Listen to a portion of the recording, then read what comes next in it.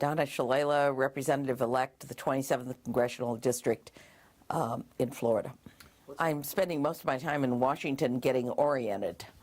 As a matter of fact, it's a lot of lectures and a lot of material to go through to understand how you set up an office, what committees you can request, some caucus meetings. Obviously, we're very close to electing Nancy Pelosi as the next speaker, and there are a lot of phone calls going back and forth and emails about other people that want to run for other offices. Well, my emphasis was that I could hit the ground running as soon as I arrived in Washington, that I had a lot of experience.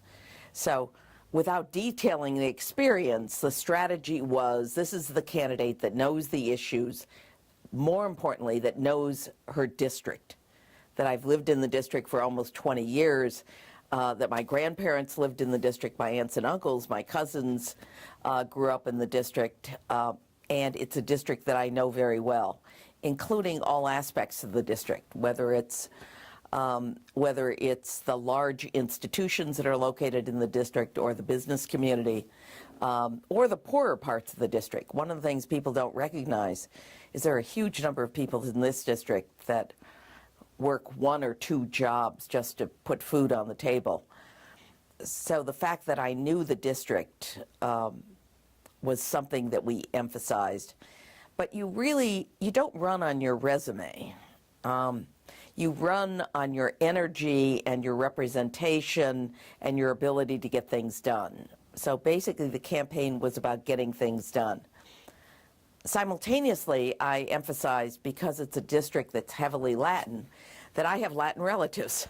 That in fact, the Lebanese went every place, all over Latin America, and my Cuban cousins, for example, did ads for me, both radio as well as television ads for me, as did a number of surrogates, including the mayor of Coral Gables, and some of my friends even did robocalls, that is, to turn out the vote. Alex Rodriguez, Barbara Streisand, John Cicada, I mean, a number of people in the community and outside the community, but the only person outside the community was Barbara Streisand.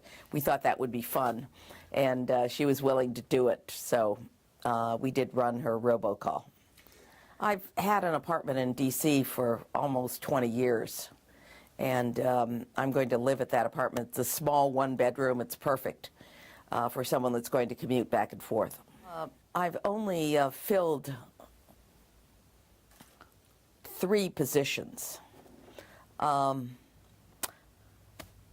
district director, Raul Martinez Jr., will run the district office.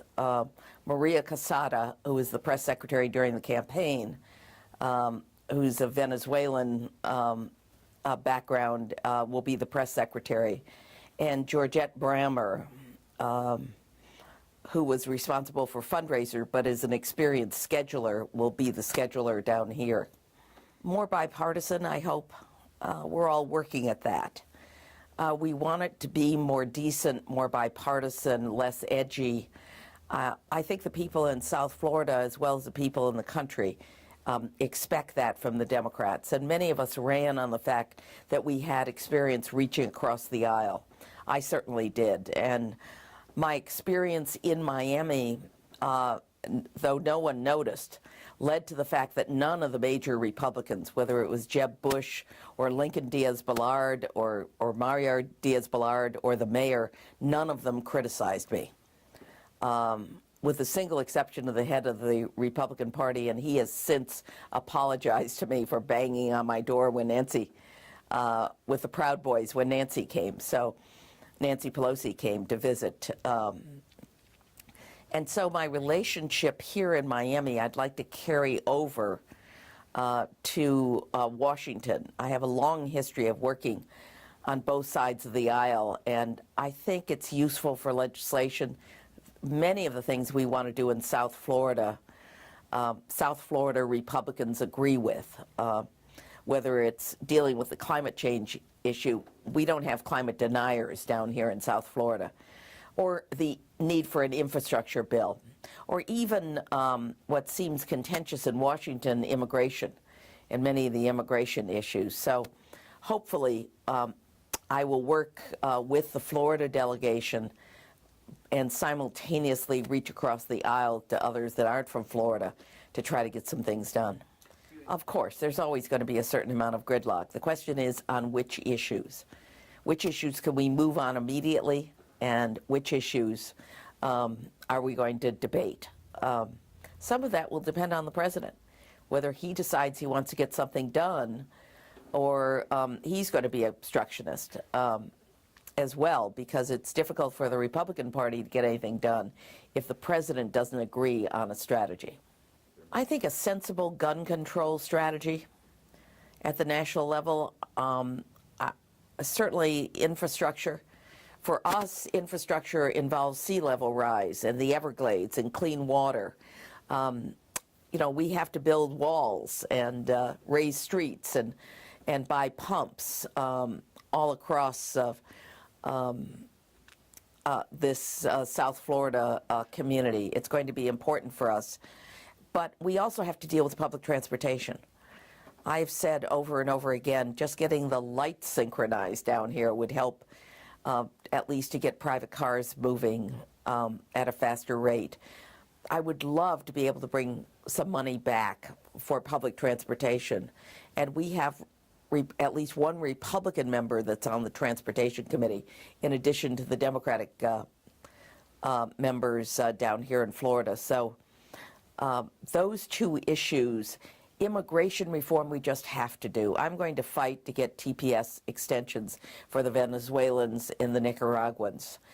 And I believe, at least in South Florida, we ought to be able to get some bipartisan support on that issue.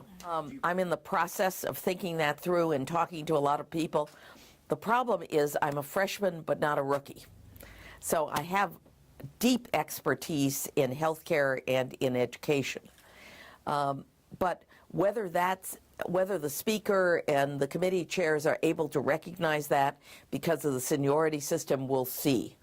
It's very unusual for freshmen to get their first choice on committees, but I'm going to lobby like mad to see whether I can do that.